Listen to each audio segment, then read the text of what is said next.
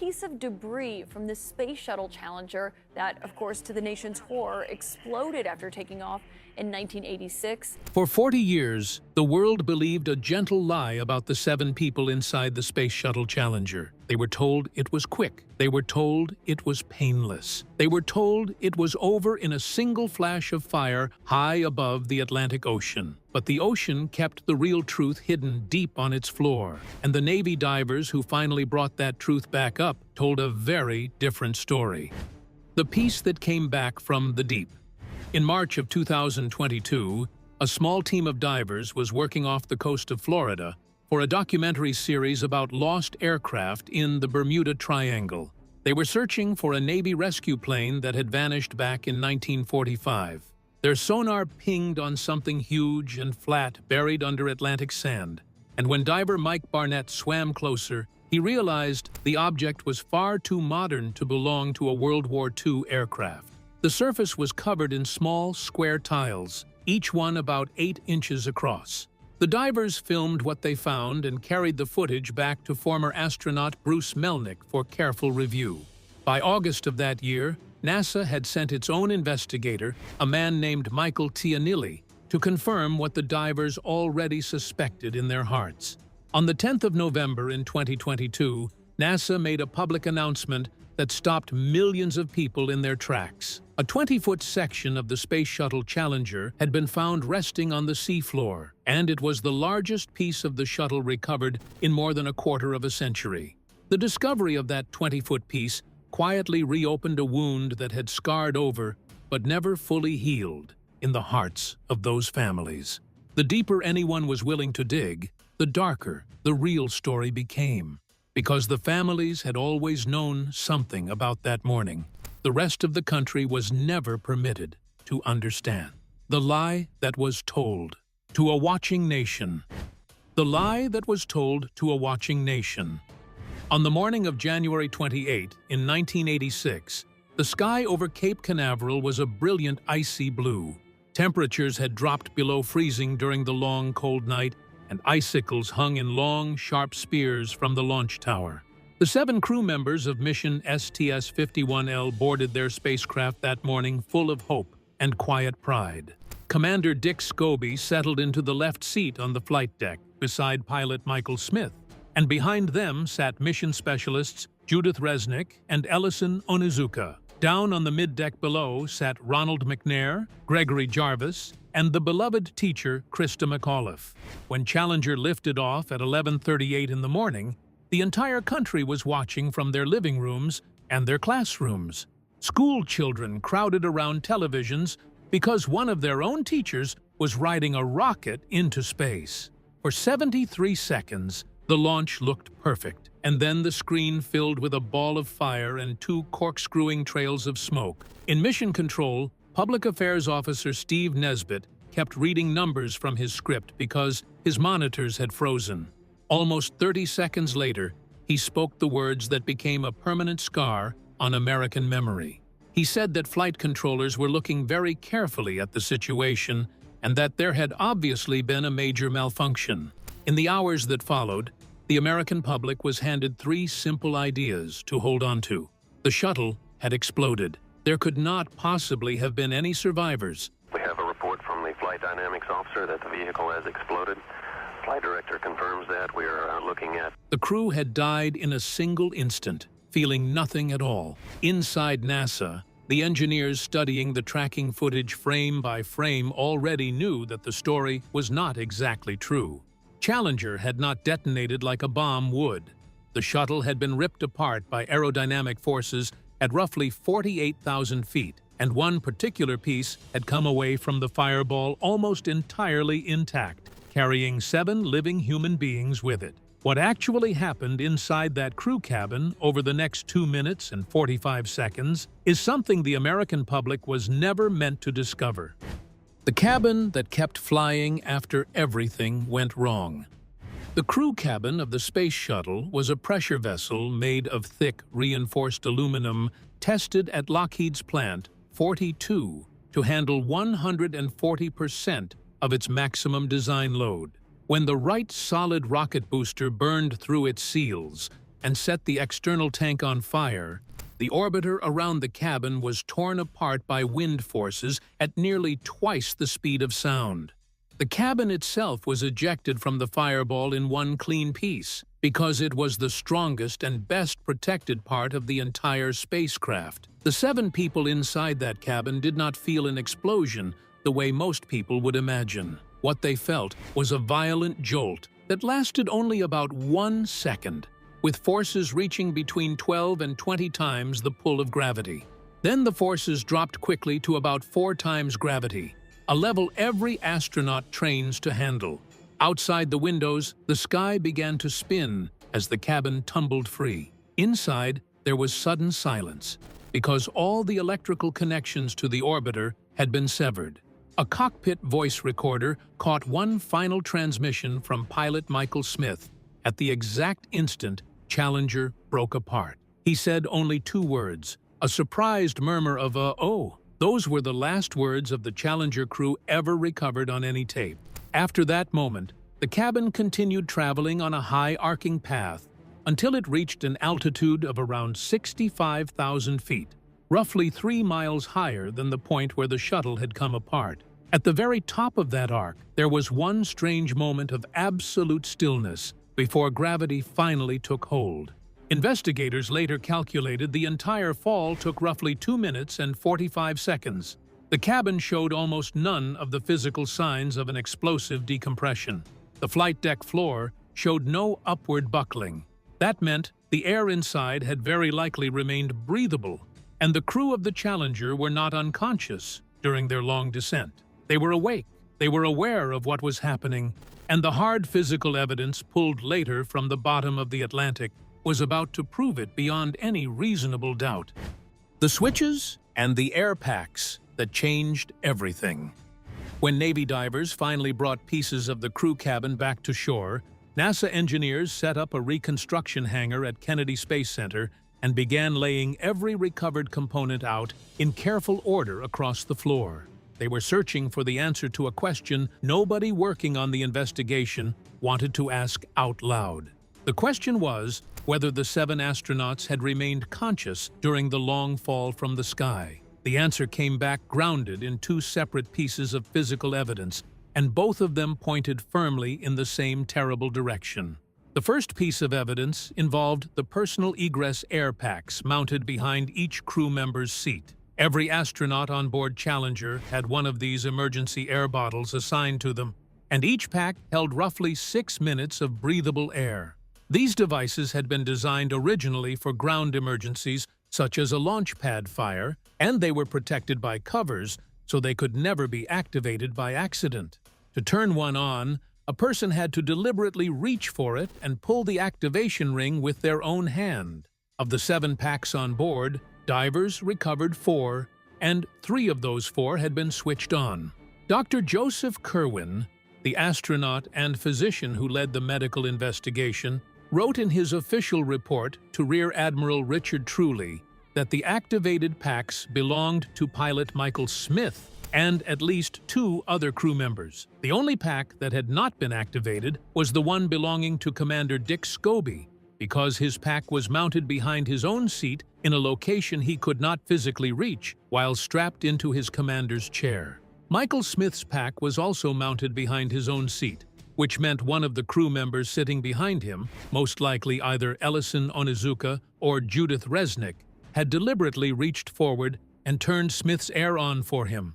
The gauge on Smith's air pack later showed he had used between 3/4 and 7/8 of his total supply, which matched almost exactly with the length of the fall.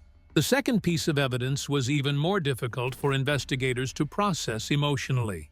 On the electrical panel beside Michael Smith's pilot seat, investigators found that several protected circuit breakers had been moved out of their original launch positions.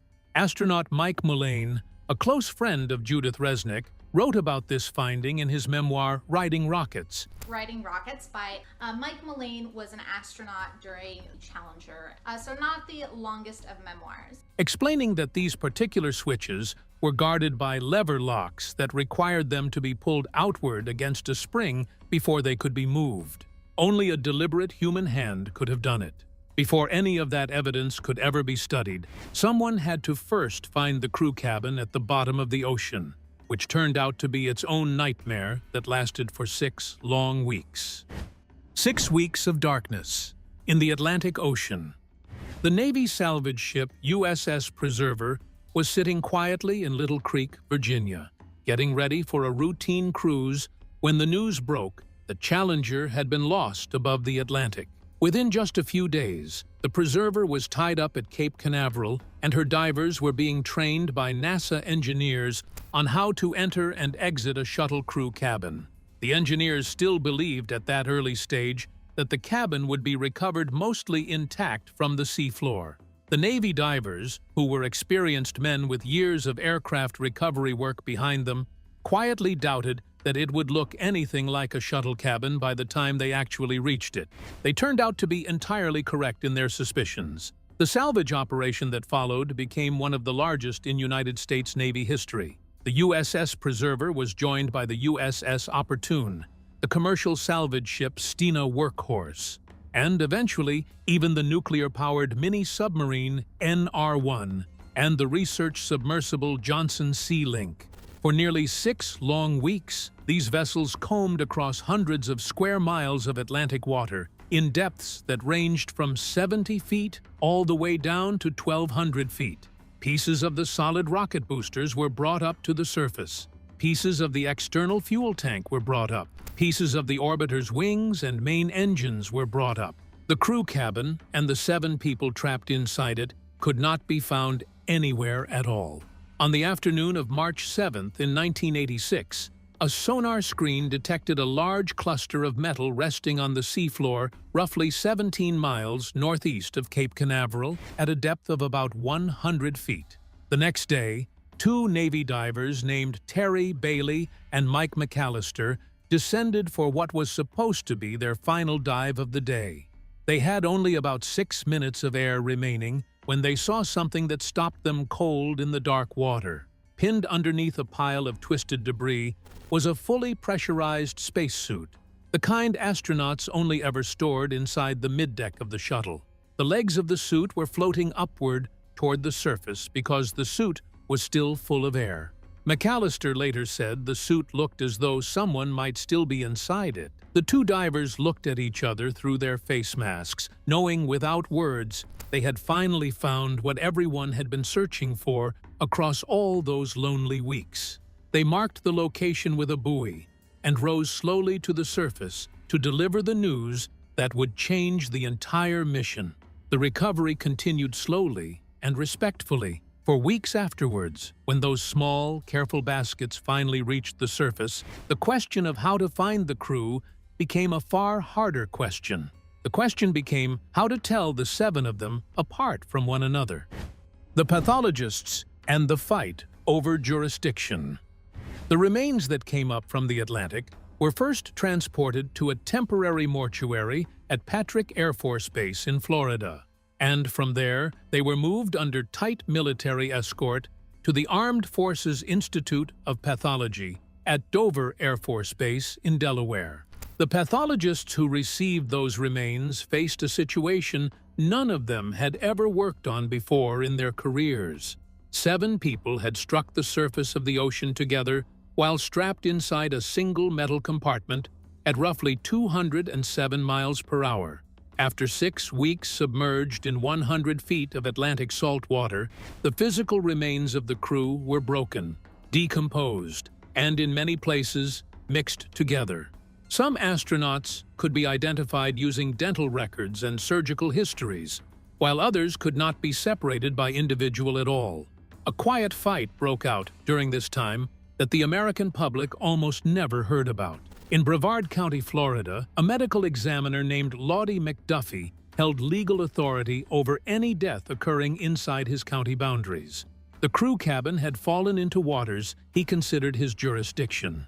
Of the shuttle itself, all we saw was that one explosion, pieces falling out of the sky. That's the shuttle. I believe that's coming back earthbound. McDuffie pressed NASA to allow him access to the remains and to conduct autopsies under Florida state law. NASA preferred to handle everything through the military, quickly and privately, and far away from any press inquiry. The dispute went back and forth for weeks, and NASA's approach eventually won out. On the 29th of April in 1986, a large military C-141 Starlifter transport plane sat waiting on the runway at Kennedy Space Center. 7 flag-draped transfer cases were carefully loaded aboard the aircraft during a small and deeply private ceremony. A Coast Guard honor guard stood at strict attention as the plane took off for Delaware. At Dover, the families were quietly notified about what had been identified, and, more painfully, about what had not been identified. For some families, nothing that could be called an individual body had come home from the ocean at all. What happened next with those commingled remains and with the silos holding the rest of Challenger is a story NASA preferred America never learn too deeply. 7 graves and a silo that holds a shuttle. The burials began on a quiet Thursday morning in New Hampshire. On the 1st of May, in 1986, the family of Christa McAuliffe held a private Catholic service in Concord. She was laid to rest in the city where she had taught her American history classes for years. 2 days later, Michael Smith was buried at Arlington National Cemetery with full military honors as his wife Jane stood alongside their 3 young children. Ronald McNair was brought home to Lake City in South Carolina, where he had grown up as a young black boy who once refused to leave a segregated public library until they finally allowed him to check out his science books. Commander Dick Scobie was cremated and interred at Arlington in Section 46, not far from the graves of other American heroes. Ellison Onizuka was flown home to Hawaii and buried at the National Memorial Cemetery of the Pacific beneath the green rim of the Punch Bowl crater above Honolulu. Gregory Jarvis was cremated as well, and his ashes were carried out to sea by his widow Marcia and scattered over the Pacific Ocean near Hermosa Beach, the place he had loved to walk. Judith Resnick's family chose cremation too, and her remains were placed in a shared grave at Arlington along with the portions of her crewmates that could not be individually identified by the pathologists. Early on the morning of the 20th of May, in 1986, long before the sun rose over Washington, the families gathered at Arlington for a ceremony the American public was never invited to watch. The commingled remains of all 7 astronauts were laid to rest together in a single grave near Commander Scobie's plot. There were no cameras and no reporters present, only quiet prayers said among loved ones. On June 12th of that same year, Congress passed a formal resolution directing the Army to construct a memorial marker honoring the Challenger crew, and Vice President George H.W. Bush dedicated that monument on March 21st in 1987. The back of the plaque carries the full text of John Gillespie Magee Jr.'s poem called High Flight, the same poem President Reagan had quoted on the night of the disaster. NASA gathered roughly 107 metric tons of recovered Challenger debris and sealed all of it inside 2 abandoned Minuteman missile silos at Launch Complex 31 at Cape Canaveral Air Force Station. Those silos were locked and were never meant to be opened again by anyone. For 30 long years, nobody outside NASA ever saw what was inside them. Then, in 2015, former astronaut Bob Cabana received permission from the families to open one of the silos and bring out a single piece for public display. That piece was a section of Challenger's left fuselage with the American flag still painted on its scorched surface. Today, it sits inside the Forever Remembered exhibit at Kennedy Space Center. If you made it this far into the story, let us know in the comments whether you believe NASA was right to keep so many of these haunting details hidden from the public for so many long years.